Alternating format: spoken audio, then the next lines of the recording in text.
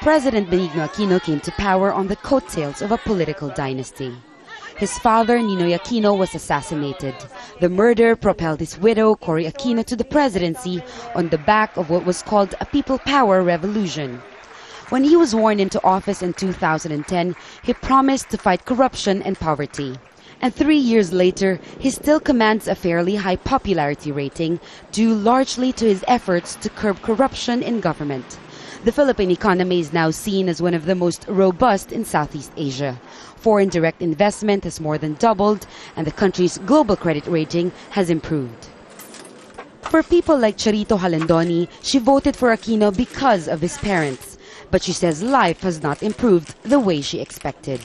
Wala kaming trabaho. Nothing changed. We still can't find jobs, and yet everything becomes more expensive. There is no livelihood. He promised so much but didn't deliver. More than 30% of people here live below the poverty line. The government's anti-poverty measures are struggling due to a rapidly growing population. And more than 2.2 million Filipinos work abroad, unable to find jobs back home. The economy remains highly dependent on remittances from overseas. Many say Aquino has to do more. That has to be supplemented by real structural reforms in the economy. For instance, land reform is one important component of that. Energizing our stagnant manufacturing sector as well as our backward agricultural sector. It is a political capital which need to be harnessed in the most decisive way.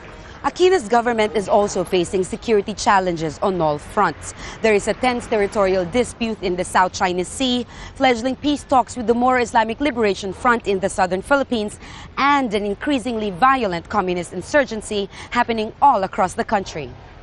President Benigno Aquino's term ends in 2016, and although millions still pin their hopes on him, many worry that 3 years may not be enough time to solve the country's remaining deep-rooted problems. And although he still enjoys enormous political capital, thousands are still expected to march and protest today.